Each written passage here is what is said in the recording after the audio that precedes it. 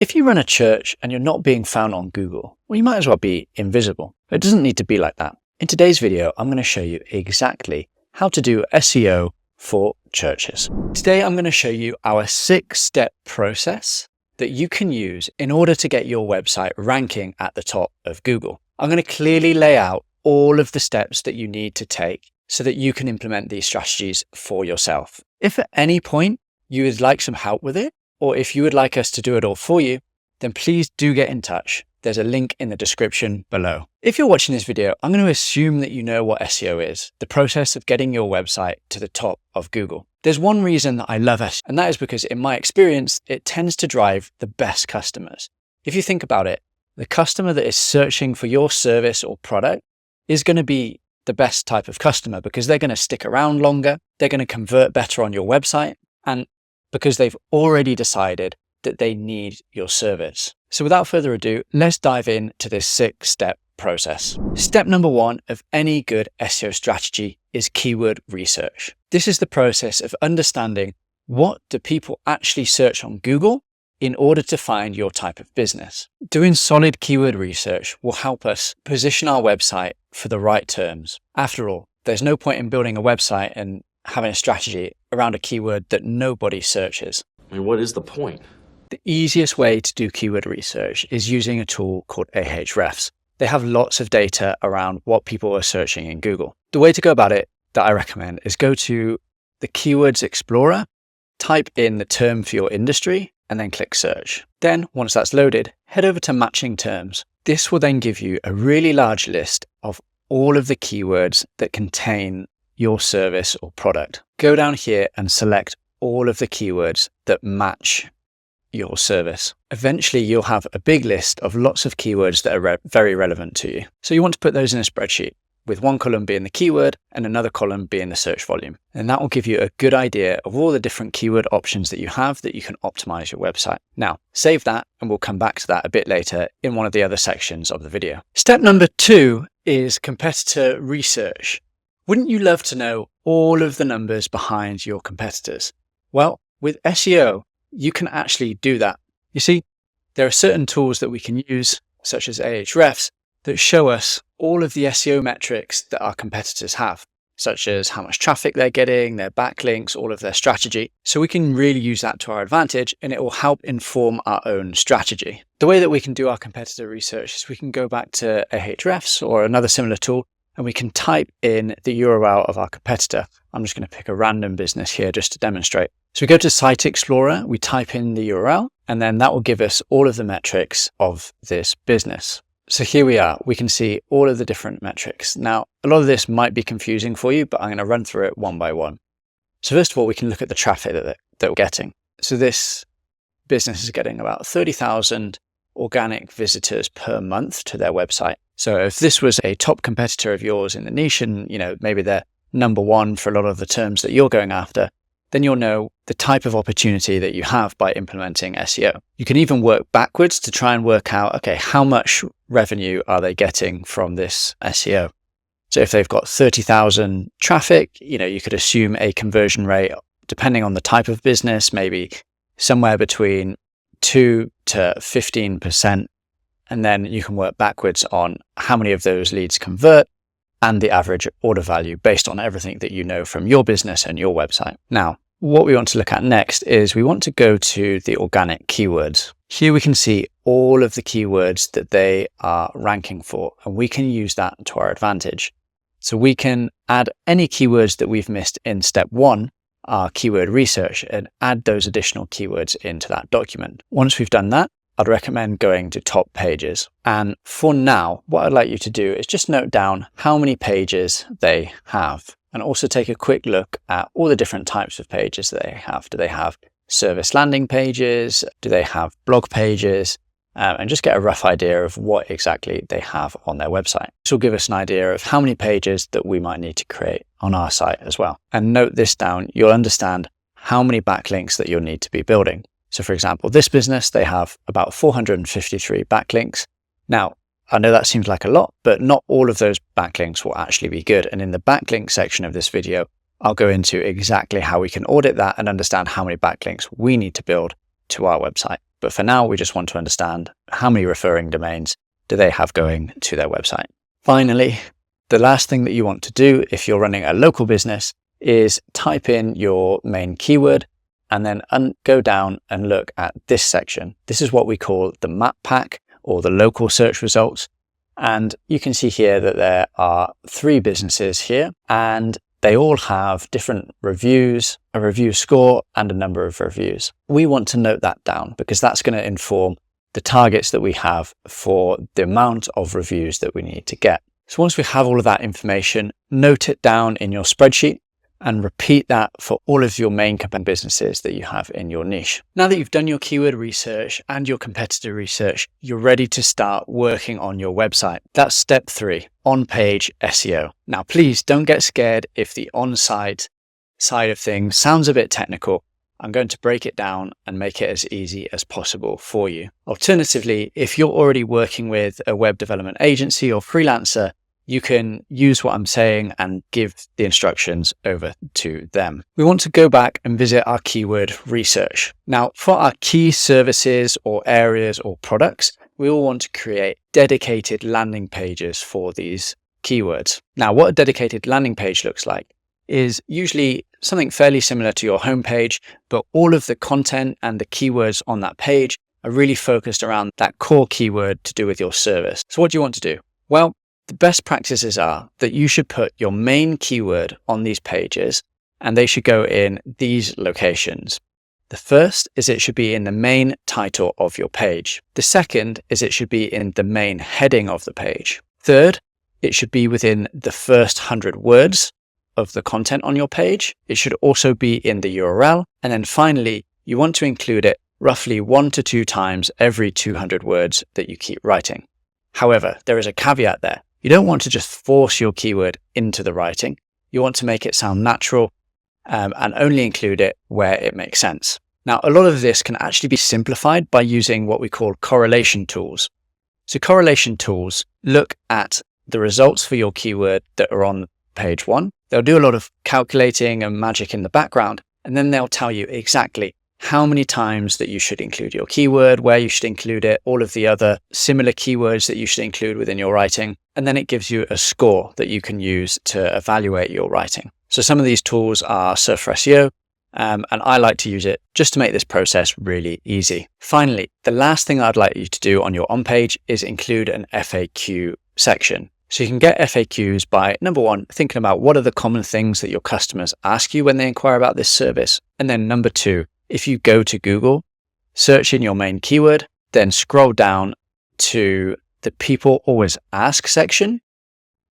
So you'll often see that there are extra questions that Google puts within the search results. Include those questions and the answers to those on your page. Now, we want to repeat this and create dedicated landing pages for all of the main services, areas, and products that we provide. And once that's done, we can move on to the next step. Step number 4 is essential if you want to get found as a local business. We're going to talk all about how to get found in the local map pack here. The first thing you want to do is sign up for your Google My Business profile. Very simple, just follow the online instructions and make sure that your profile is completely filled out. Don't skip anything. Make sure that you have your categories, opening hours, proper descriptions. Make sure that it is 100%. Then also go ahead and add some photos to your profile. Not only will this help with your ranking, but it'll also help customers see your business, understand it, and be more likely to call or click on your website. Once that's done, the next stage is to start getting reviews. In our competitor research, we found how many reviews that we'd want to be getting. So for example, if this was our business that we were trying to rank for, we would understand that we need to get somewhere between 60 and 160 reviews. Now that might seem a lot, but over time, you'll be able to reach those levels. There are 2 main strategies that I recommend when it comes to getting reviews.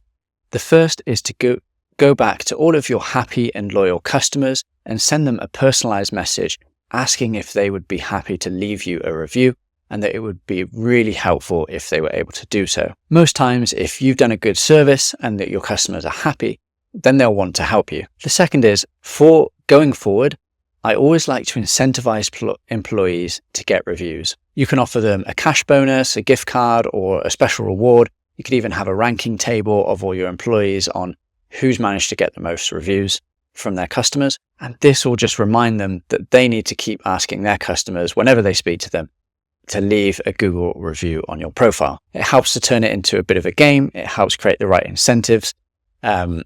And of course, they'll also want to give an even better service so that they can get the good reviews. And that's it. That's quite a simple process to get your business ranking up here in the top of the map pack. On to step number 5. If you've made it this far, you're doing a great job and you'll be rewarded for all of your efforts by Google. Step number 5 is creating blog content. So why is this important? Surely we've already created landing pages for our main keywords. Why would we need to go after blog and informational content? Well, informational content can be really useful. There are 2 main benefits. The first is it helps Google understand your website, what it's about, and your expertise on the subject. The second is it can also be used to attract customers. Let me explain. Not every customer is searching on Google for a solution. Often they're trying to find out more information about problems that they're having. From a marketing perspective, we say that they are higher up the buying funnel. So if we're able to get potential customers on our website before they realize they need the solution that we provide, we can either capture their details during that point, help them understand that they might need our solution, or if we're getting really clever, eventually we can start using things like meta ads to retarget them on Facebook and using our meta pixel. So how many articles should we be writing? What should we write about? Well, the first thing is we want to understand how many articles our competitors have written. So go back to your competitor research notes from step 2, look at how many pages they have and how many of those pages are informational blog articles. We'll want to write about the same amount, but let's try and go a little bit further and write even more, maybe say 10 to 20% more. In terms of what we should write about, well, we can write about exactly what our competitors have been writing about, but you can also revisit step 1 to understand what informational keywords there were in your niche. When you're doing this, remember, if you can, use a correlational tool like Surfer SEO, and if not, then just remember the best practices of a keyword in the title of your page, a keyword in the main heading, in the first 100 words, in the URL, and 1 to 2 times for every 200 words that you write. Now, it can seem very overwhelming if you have to write lots and lots of blog articles. What I'd recommend is breaking this down into a monthly target. So instead of having to write, say, 20 articles in month 1, what you can do is split that over 6 months and maybe write 3 to 4 articles per month. That'll help it be a lot more manageable. But if we do have the option, I always prefer to batch create all the content up front.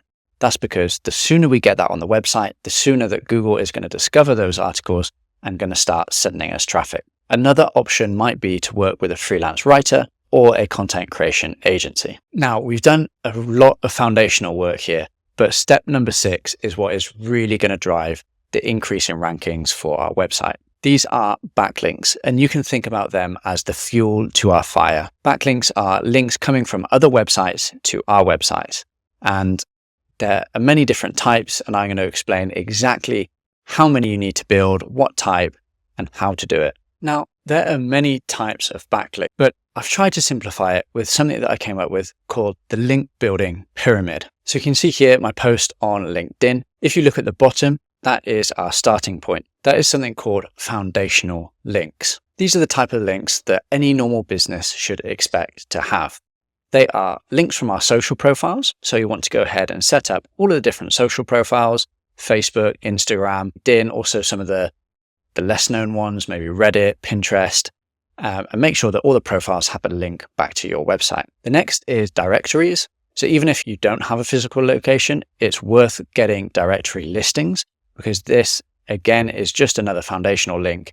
They're very cheap, easy, and quick to build, so it's just worth doing. Once we've got those out the way, it starts to get a bit more fun. We go on to the next tier, which is relevancy.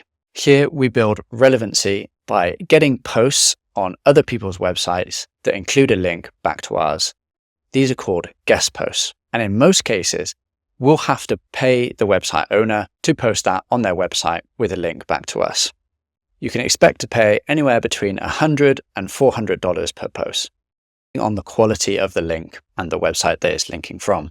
The good thing about this is that we can usually control the topic that we have. So we'll want to make sure that the topic of the post is really relevant to what we're providing as a business. The second strategy that we can use here is something called link insertions. This is where we go to an existing post on somebody's website and we try and get a link within that post. Again, we usually have to pay for them to insert that link. Finally, in the top tier, this is what I call the authority tier. And this is where things truly do get really exciting.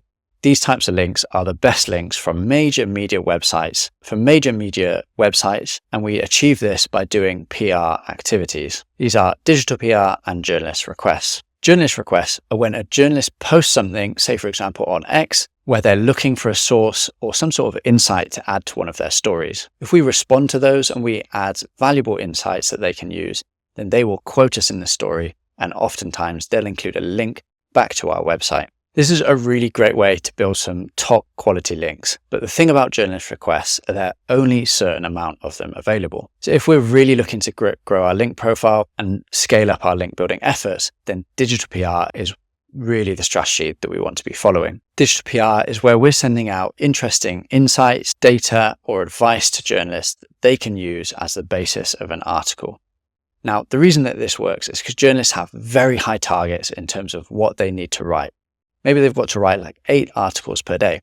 So if we can send them something that is interesting and useful that they can turn into an article, well, they're going to be grateful for that. And as a return, they'll credit us as the source and include a link at the same time. And that is how we get featured on major media websites such as Forbes, USA Today, and the New York Post. Now, this is our bread and butter as a company. We do link building, and specifically we do digital PR link building. So I just want to show you an example of a campaign that brings this strategy to life.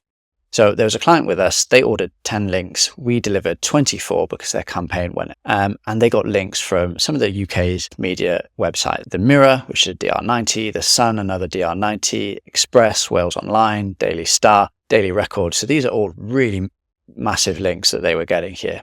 So what did we do to do that? Well, they were a plumbing retailer, and we came up with a campaign that used their spokesperson and gave advice on how to avoid mold within your bathroom. So we came up with this because we'd researched all the types of topics that journalists write about, and we noticed that the year prior, this was a talked about topic. So we were able to put our own spin on it, add in a really relevant expert, and send it out to journalists, and they loved it. Now, the number one question I get from customers is, how many links do I need to build? Well, what we can do is go back to our competitor research and we can look at how many links our top competitors have. We'll want to use that as a benchmark for us to achieve and then beat. So if we go back to the example website we looked at earlier, we can see they have 40 links, which might seem like a lot of links, but it's actually quite achievable. Once we break it down, we can see what types of links they have. I would go ahead and estimate that there are a lot of links in here that are just not that relevant. You can see that there are all sorts of random websites that have just scraped the web and they've just got a link back from this very spammy website.